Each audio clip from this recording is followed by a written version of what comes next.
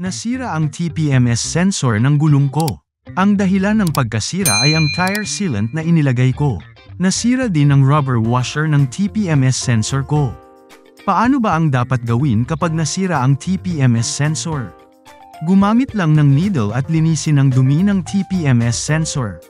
Para naman sa rubber washer, bumili ng stainless tire valve. May kasama itong rubber washer na pareho ng TPMS sensor natin.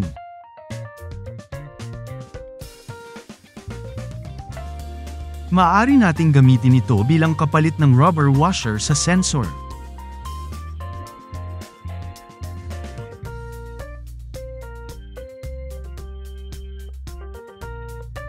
Sinira din ng sealant ang tire valve ng NMAX ko pati ang pintura sa loob. Hindi pala talaga advisable na gumamit ng tire sealant. Pinalinis at ipinakabit ko na din ang bagong stainless tire valve.